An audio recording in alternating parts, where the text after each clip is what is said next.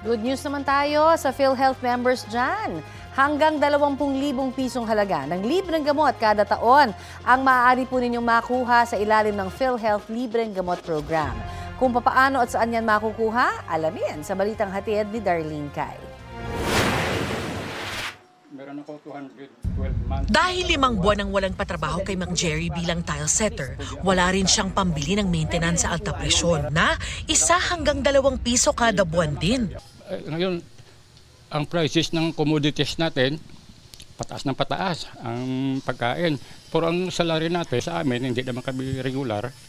Kung ano yung nandyan lang yan. Kaya malaking tulong daw sa tulad niya ang libreng gamot sa PhilHealth Gamot Program, kung saan hanggang 20,000 pesos sa halaga ng gamot ang maaring makuha ng bawat PhilHealth member kada taon.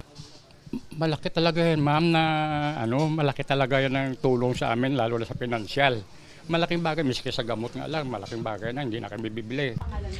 Ang 52 taong gulang na si Jose Manuel, natutuwa rin na malilibre na ang kanyang maintenance para sa hypertension. It's very nice. Napakalaking bagay yun kasi ang maintenance 1,000 hanggang 2,000 per month .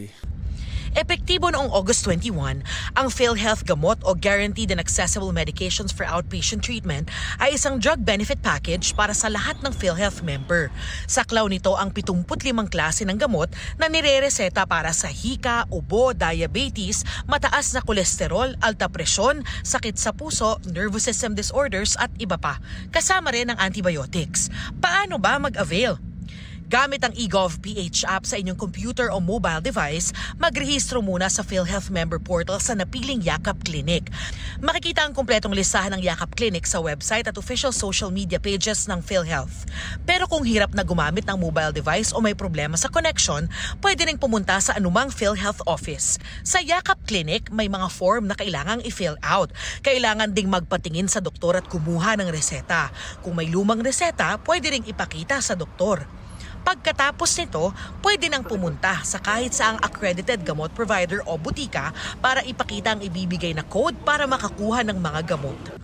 Sinubukan mismo ni Assistant Health Secretary at DOH spokesperson Albert Domingo ang pagkuha ng libreng gamot. Inabot siya ng 1 oras mula pagpila hanggang sa pagkuha ng reseta sa isang Yakap Clinic sa Alabang. Meron lang issues ng konti daw dun sa gamot app na sinasabi, pero nabigyan pa rin po ako ng reseta. Okay po yung pagbigay ng PhilHealth gamot. Aminado si Domingo na pwede pang pagandahin at pabilisin ang sistema. Nung ako yung nagsusulat sa loob-loob ko, pwede nating paikliin to.